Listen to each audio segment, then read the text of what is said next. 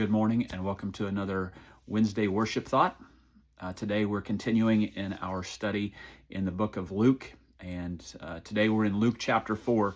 And in Luke chapter 4, Jesus was just baptized in Luke chapter 3, and Byron did a good job of talking about Luke chapter 4, and Jesus immediately after he's baptized gets called by the Spirit to go into the wilderness, and he's tempted 3 times by Satan.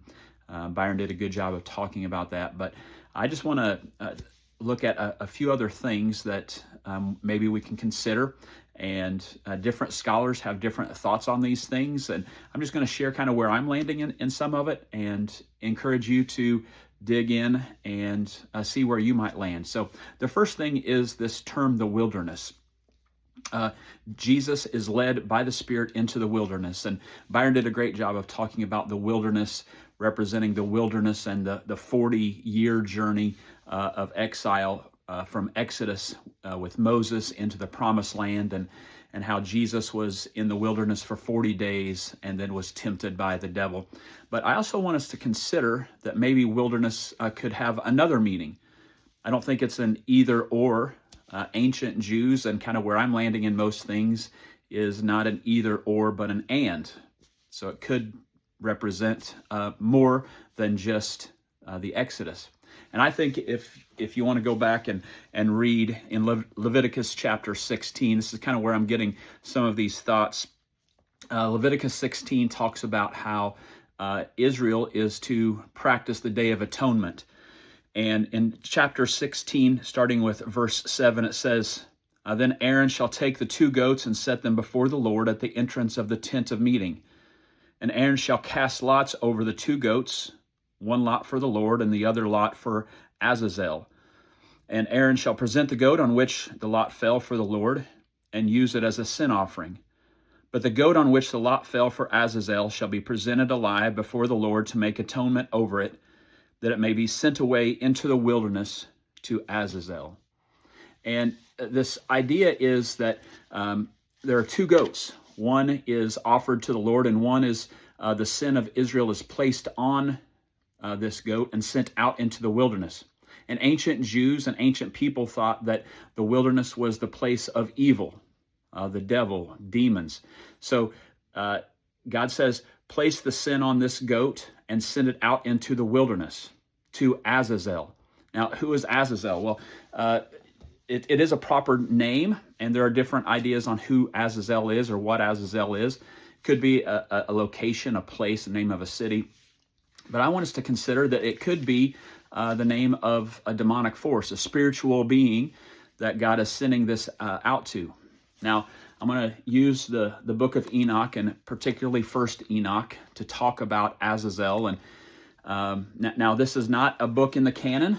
I don't think it belongs in the canon, but we read all the time books that encourage us, that teach us, that show us deeper meaning. We read scholars, or your favorite preacher writes a book and you read it and it helps you understand. And Enoch was written in the intertestament time, probably in the 200, 300 BC time frame, and it was used by the Jews in that intertestament time, and it's actually used by both Peter and Jude, and not exactly quoted, but paraphrased some of First Enoch. So I think it helps us understand maybe who Azazel is.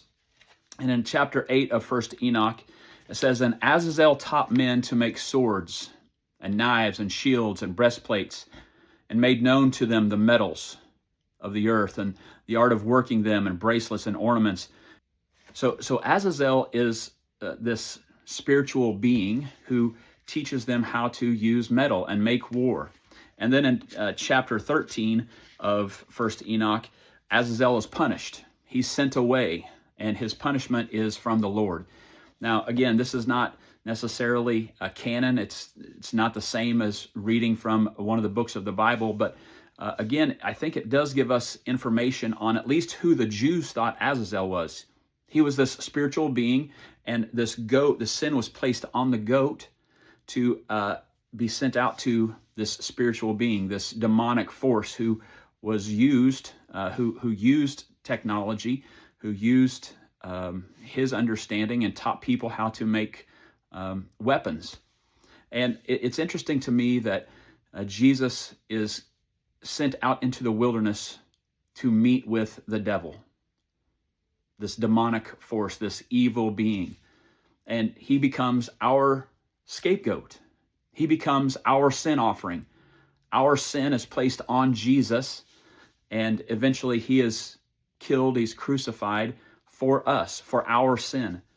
So I think it's interesting and something for us to consider that maybe this Day of Atonement, this goat that was sent out into the wilderness, was sent out to Azazel, and that because of that sin, the sin of Israel was forgiven. It was atoned for. And now Jesus is sent out into the wilderness, and he has this conversation, and he denies the temptations. And now our sin is placed on Jesus, and we are atoned for. And I do want to share one more thing. After Jesus, or as Jesus is being tempted, he quotes scripture, and one of my favorite scriptures is Deuteronomy chapter 6, and he uses this, and this is known as the Shema prayer. And I just want to pray this as kind of our closing blessing today. Hear, O Israel, the Lord our God, the Lord is one. You shall love the Lord with all your heart, with all your soul, and with all your might. And these words that I command you today shall be on your heart. You shall teach them diligently to your children, and shall talk of them as you sit in your house, and when you walk by the way, when you lie down, and when you rise. And you shall bind them as a sign on your hand, and they shall be as frontlets between your eyes. And you shall write them on the doorposts on your house and on your gates. Today, may we, no matter where we land on this idea of Azazel in the wilderness, may we be a people who love the Lord with all our heart and our soul and our might. Shalom.